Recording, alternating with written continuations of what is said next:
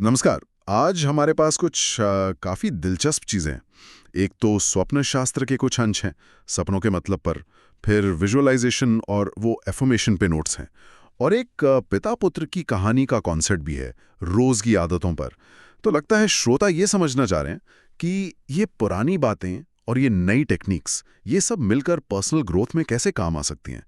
चलिए इसी को थोड़ा गहराई से समझते हैं आज। हाँ, बिल्कुल ये स्रोत काफी अलग-अलग से लगते हैं, है ना?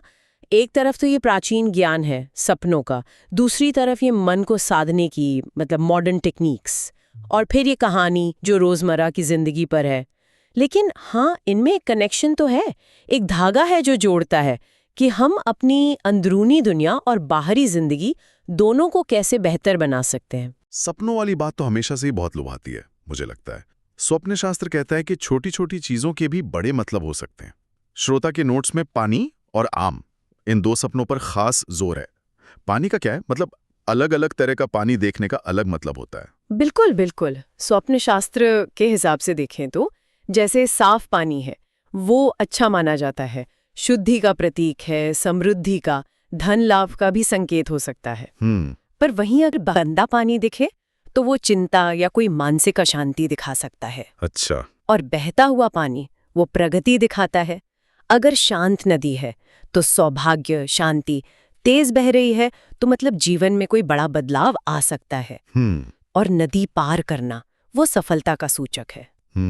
और समुद्र, वो तो बहुत विशाल होता है। हाँ, समुद्र विशालता दिखाता है। अगर शांत समुद्र है तो मतलब अपार धन या ज्ञान मिल सकता है। लेकिन अगर लहरें हैं तो वो इमोशनल उतार चढ़ाव की तरफ इशारा करता है। अच्छा। तो कहने का मतलब ये है कि पानी की स्थिति वो आपकी मानसिक या बाहरी हालत का एक तरह से आईना हो सकती है। अच्छा।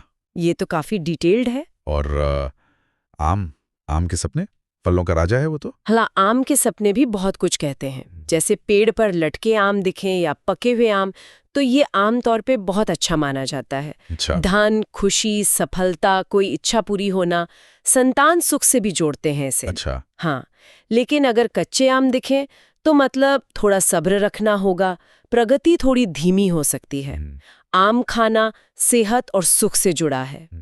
पर हाँ, सड़े हुए आम देखना वो एक तरह की वार्निंग है। ओहो। शायद कोई मौका चूक रहा है या फिर थोड़ा सावधान रहने की जरूरत है।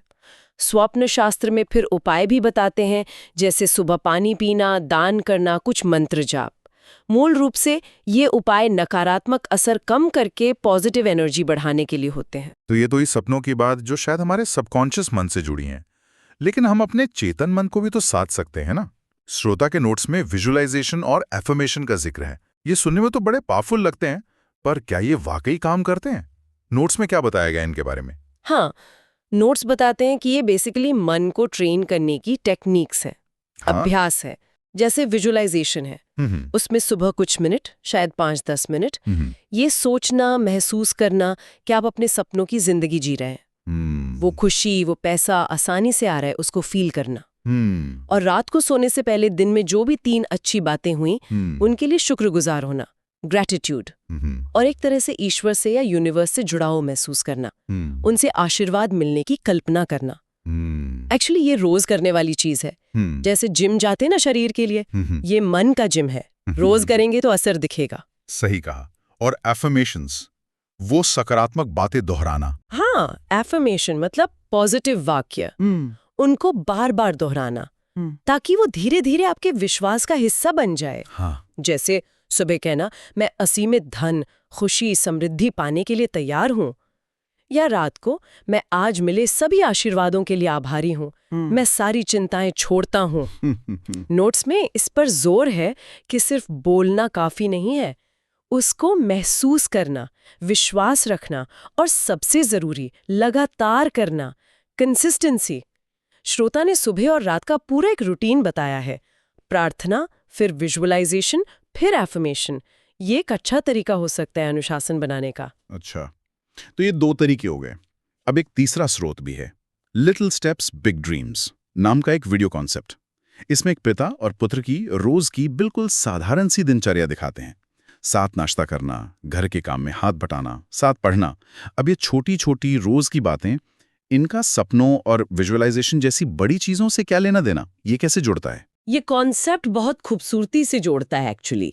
ये दिखाता है कि यही छोटी छोटी आदतें हैं ना, जो शायद कभी कभी बोरिंग भी लगे, यही असल में चरित्र बनाती हैं, जिम्मेदारी लेना सिखाती हैं, टीम वर्क, आभार जताना। हाँ, सही है। और यही अनुशासन, यही रोज करने की आदत, यही तो विजुअलाइजेशन और एफर्मेशन जैसी टेक्निक्स के लिए भी चाहिए।